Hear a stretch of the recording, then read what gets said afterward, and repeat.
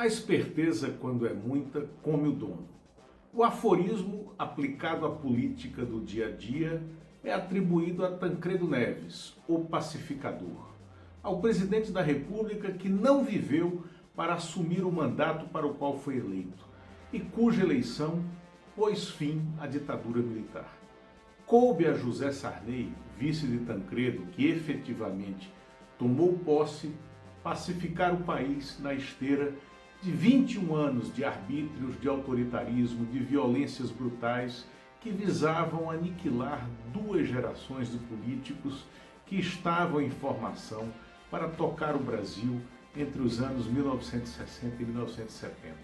Somos contemporâneos de um caso, caras ouvintes e telespectadoras, caros ouvintes e telespectadores, que cabe perfeitamente no aforismo atribuído a Tancredo. Tarcísio de Freitas, o esperto que está sendo comido pelo dono.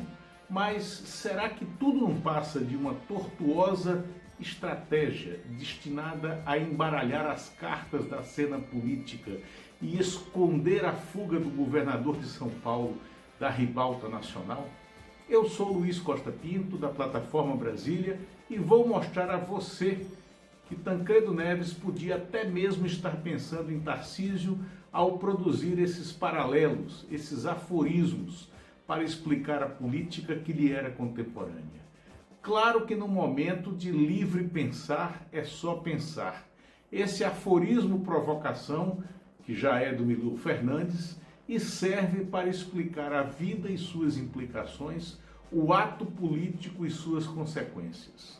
A minha leitura: Tarcísio radicalizou o discurso de confronto às instituições, de afronta à democracia, porque não tem coragem de assumir que não se vê à altura de disputar com o presidente Lula em 2026. Ele crê que terá reeleição fácil em São Paulo. Daí fabricou uma crise com antigos aliados, com gente que o havia estimulado a ser candidato a governador em 2022, como algumas dessas cabeças coroadas do Poder Judiciário que atacou de cima do palanque dos extremistas no último domingo. Agora está sendo comido por todos os lados, por dentro de sua alma bolsonarista raiz e por fora com a carapaça frágil de democrata neoconvertido que enganou alguns por algum tempo. Parece um capial lambuzado de mel sentado num formigueiro à margem da estrada. As saúvas lhe comem as entranhas e expõem o que há de pior. Entram pelos fundilhos, pelas narinas, pelos ouvidos, pela boca, por onde ele puder ser subjugado, elas entram. E ele aceita, e aceita porque não há alternativa, porque não é do jogo, porque é um despreparado para o alto jogo da política. Será assim expulso da cena nacional, porque ao radicalizar ele não serve mais a quem imaginava que ele pudesse ser o bolsonarismo de garfo e faca no banquete antropofágico das instituições nacionais. Não é, nunca foi. Sempre foi esse radical desmiolado e despreparado que ora vemos e que alguns dos criadores dele, empresários, executivos, algumas personalidades da mídia, as cabeças coroadas do Poder Judiciário, agora descobrem e se assustam. Imprestável para ser protagonista de uma transição do Brasil que venceu os golpes de Bolsonaro, o bufão, numa nação fraturada, porque não consegue se legitimar eleitoralmente na extrema-direita. Tarcísio Gomes de Freitas está condenado a sair de cena depois da surra centralizadora que receberá dos que se passavam por isentões, por institucionais, por habitantes do meio, do centro, do meio do caminho. Primeiro, ele vai recuar covardemente e silenciar por alguns dias. Esperem verão. Depois, vai anunciar que seguirá no governo de São Paulo e buscará a reeleição. Mas daí Inês poderá estar morta. Carecerá de apoios, dos apoios que teve em 2022, alguns se dispersarão e receberá o estigma de traidor. Num político, o estigma de traidor é muito, mas muito pior do que a fama de comunista, de populista ou de anarquista. O traidor é fraco. Trai porque é fraco e precisa estar sempre mudando de turma para ter um dono a chamar de seu. O traidor é fraco e covarde. E é covarde porque não assume o seu lado, as suas ideias. Procura se legitimar defendendo o lado de seu dono ou de seus patrocinadores. O traidor é fraco, covarde e desleal. Aí está morto. A deslealdade é a pior pecha que um político pode se ver obrigado a carregar junto com seu próprio nome.